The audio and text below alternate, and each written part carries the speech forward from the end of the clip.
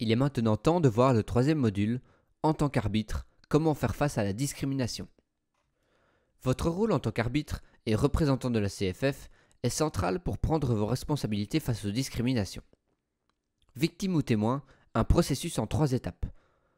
Premièrement, protéger les joueurs ou vous protéger. Deuxièmement, rédiger un rapport dans les délais impartis tels que décrits dans les compléments aux lois du jeu. Troisièmement, rester disponible pour la fédération en cas de question. N'oubliez jamais que vous n'êtes pas seul.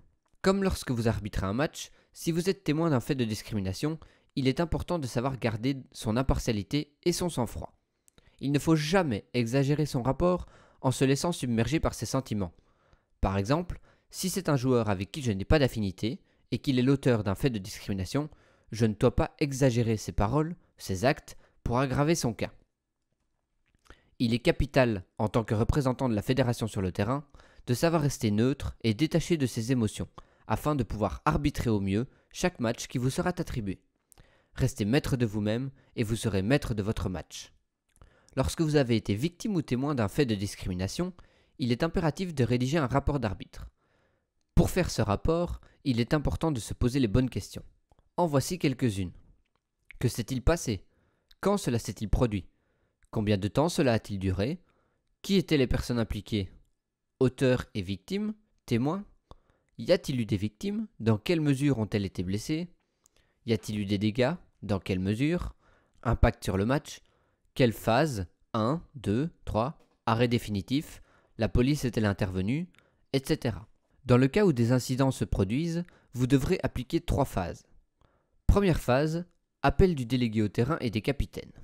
Vous appelez les 2 capitaines et le délégué au terrain et vous leur demandez leur collaboration pour ramener les supporters au calme. L'information des spectateurs peut être faite verbalement, par exemple lors d'un match U15, par le délégué au terrain ou via le speaker du stade, pour un grand groupe de supporters. Les 2 capitaines doivent être impliqués dans la sensibilisation de leurs supporters. Ne reprenez le match qu'après avoir communiqué ce message, éventuellement et si nécessaire dans différentes langues, afin que l'attention des spectateurs soit pleinement attirée par le message lui-même. Cette phase n'est pas obligatoire dans le cas où les incidents sont graves et nécessitent, pour la sécurité, l'arrêt temporaire du match directement. Deuxième phase, l'arrêt temporaire du match.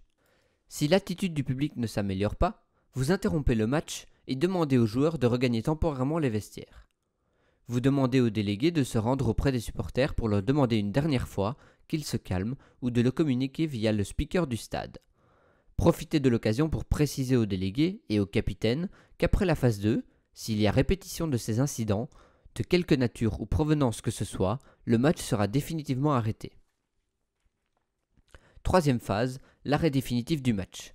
Vous devez arrêter définitivement le match si, pendant l'interruption, l'attitude du public ne s'est pas améliorée ou si après que le calme soit revenu, l'attitude du public s'aggrave à nouveau. En tant qu'arbitre, vous avez dorénavant l'obligation de rapporter tous les faits de discrimination auxquels vous êtes témoin ou victime pendant un match. Code A17 du rapport de match. Si un joueur ou une joueuse vient vous voir pour vous informer qu'il ou elle a été victime ou témoin d'un acte de discrimination, vous avez l'obligation de mentionner cette information dans votre rapport en signalant que vous ne l'avez pas vu. Exemple, le joueur numéro 7 m'a informé qu'il avait été victime d'insultes racistes à la 33e minute du match. J'inclus cette information dans mon rapport, mais je n'ai pas été témoin de la scène. Un arbitre qui ne signale pas un fait de discrimination peut être sanctionné. Le code correct utilisé est A17. Propos ou comportements racistes ou discriminatoires. Les commentaires racistes ou discriminatoires sont décrits.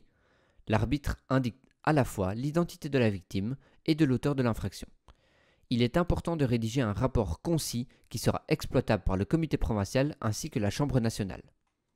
Pendant le match, restez attentif, gérez vos émotions et faites preuve de pédagogie. Après le match, dialoguez avec les acteurs, joueurs, délégués, coachs, etc.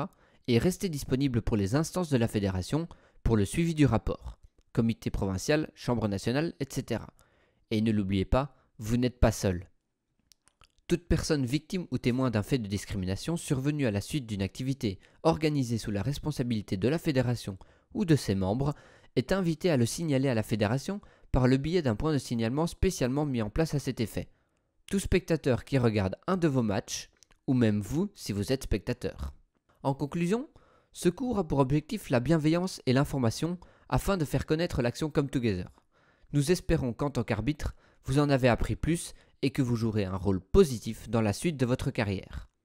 Pour vous féliciter d'avoir suivi ce cours et si vous souhaitez arborer la philosophie Come Together sur votre tenue d'arbitre, n'hésitez pas à nous contacter pour commander votre badge à apposer sur votre tenue. Merci à tous.